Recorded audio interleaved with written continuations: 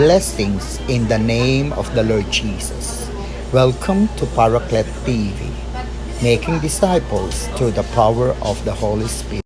On the contrary, sabi, they have divine power to demolish strongholds. Mayroon tayong kapangyarihan na galing sa langit upang wasakin natin ang mga kuta, upang wasakin natin ang mga tanggulan o mga strongholds na gawa ng kaaway. Tingnan po natin kung paano napagtagumpayan ni Josue yung kanyang Jericho. At ito din ang magpapakita sa atin how are we going to break the strongholds na kinreate ng kaaway sa ating mga buhay.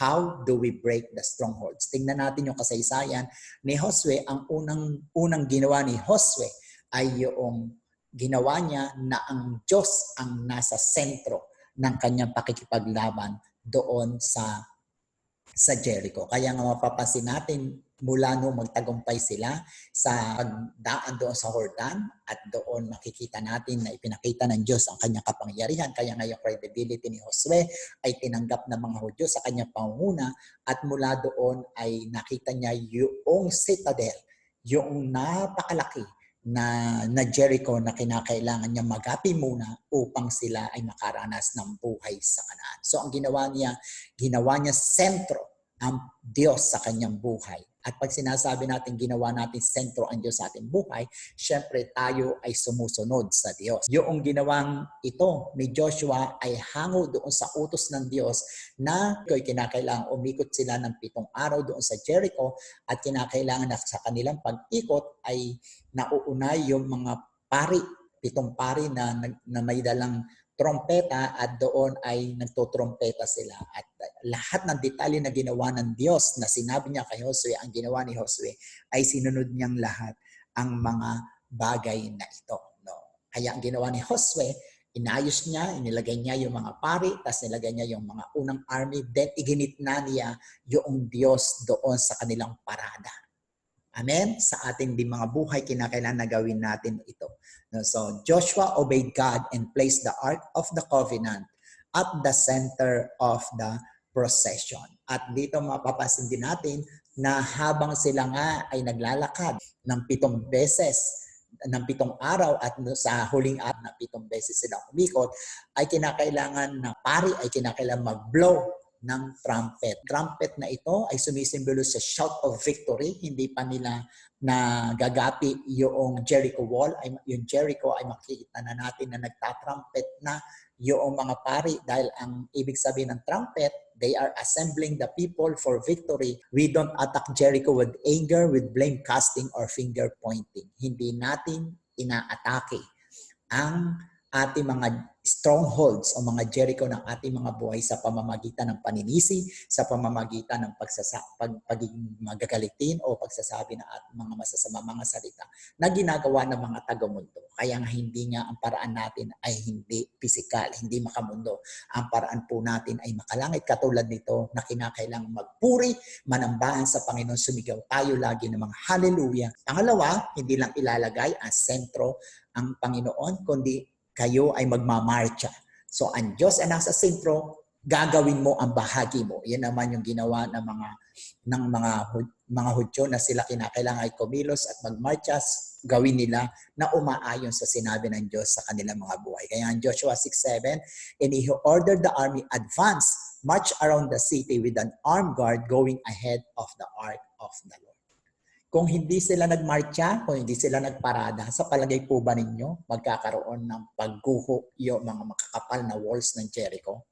Hindi po. Kasi kinakailangan sundin nila kung ano ang sinabi ng Panginoon sa kanila sa pamamagitan ng Diyos. Narito ang Diyos sa ating sentro. So ang gagawin natin sundin ang bawat detalye na sinasabi ng Diyos sa ating mga buhay. Ngayon na tayo mga mananampalataya, ang salita ng Diyos, ang Biblia ay kinakailangan na ating binabasa, kinakailangan na ating, sabi nga na isang radio station.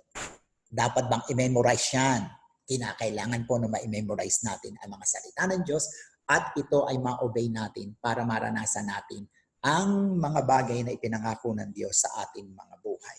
March like a conqueror, ang sabi nga dito, blasting ram sword, sing songs of redemption, and declares the scripture. Iyan ang ating mga weapon, ang kamatayan ng Panginoon, ang nagpapatunay na tayo ay naglalakad na dapat sa victory. Sabi niya doon, it is finished, tetelestai. Nagawa ko na ang dapat magawa, perfecto ko itong nagawa. No, kaya nga, dito sa Matthew 26, he is not here. Ang sabi ng anghel, he has risen, just as he said, come and see the place where he lay. No, nagpatunay yung anghel na nagsabi ng hinahanap ng mga alagad sa kasama yung mga babae, si Mary Magdalene, na hinahanap nila yung katawan ng Panginoon. Ang sinabi ng anghel, wala na siya rito. Ang Panginoon Kristo, nagapi niya ang pinakamalakas, pinakapangyarihang kaaway. Ito ay ang kamatayan.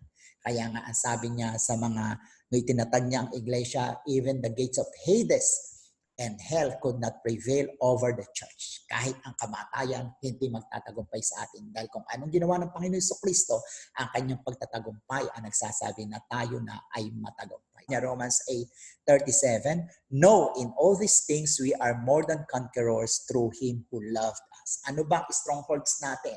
Meron po ba tayo strongholds of defeat, strongholds of performance, o strongholds of hindi tayo makapagpatawad, strongholds ng mga bisyo, mga maling pag-iisip? Ang sabi ng banal na kasulatan, ano man sa mga yan ay hindi makakapanalo sa atin dahil we are more than conquerors through Christ. Paulihan, we have to keep walking in victory. Sa Joshua 6:20, anong ginawa ni Josue?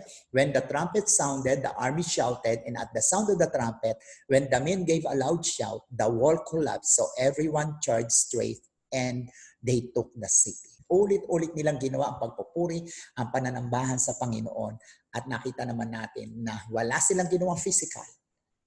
Bagamat yung mga Canaanites nung unang araw ay nagtataka, ano kayang ginagawa ng mga lokolokong ito? Ano kaya ang mga pinaggagawa ng mga ito? Hanggang sa sila na mismo ay matakot at sa kaya nga wala nga lumalabas doon sa Jericho City dahil natatakot sila sa mga Hudyo, no? Pero ang pakikipaglaban ay sa Diyos. Sa James 4:7, let us submit ourselves to God and resist the devil and he will flee from us. Ang gagawin lang natin ay i-resist in the name of Jesus.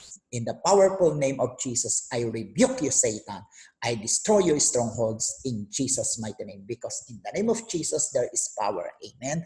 Sa pangalan ni Jesus, mayroong pagguho yung mga kuta, yung mga matitibay na tanggulan ng masasamang espiritu na nasa ating mga buhay. Kaya itong alisin, paghuhuin ng Panginoon. Ang kinakailangan natin ay magpatuloy tayo lumakad na matatagumpay. 1 Thessalonians 4:16-17, at ang physical na tagumpay ay ating malapit na maranasan, for the Lord Himself will come down from heaven with a loud command, with the voice of the archangel, and with the trumpet call of God.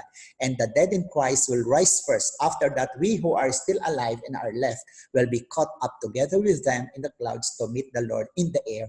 And so we will be with the Lord forever. Dahil tayo ay matatagumpay na, at mararanasan natin literally ang tunay na tagumpay doon sa pagdumating ang Panginoon, pagbaba niya in His rapture, at tayo ay irarapture ng Panginoon. Tunay na isang ebidensya ng tagumpay, how to break the strongholds in our life, defeat your strongholds with spiritual weapons. Amen? Lagi tayong manalangin, magbasa tayong banal na kasulatan, i-memorize natin yan, magpuri tayo sa Panginoon. Iyan po ang ating panlaban.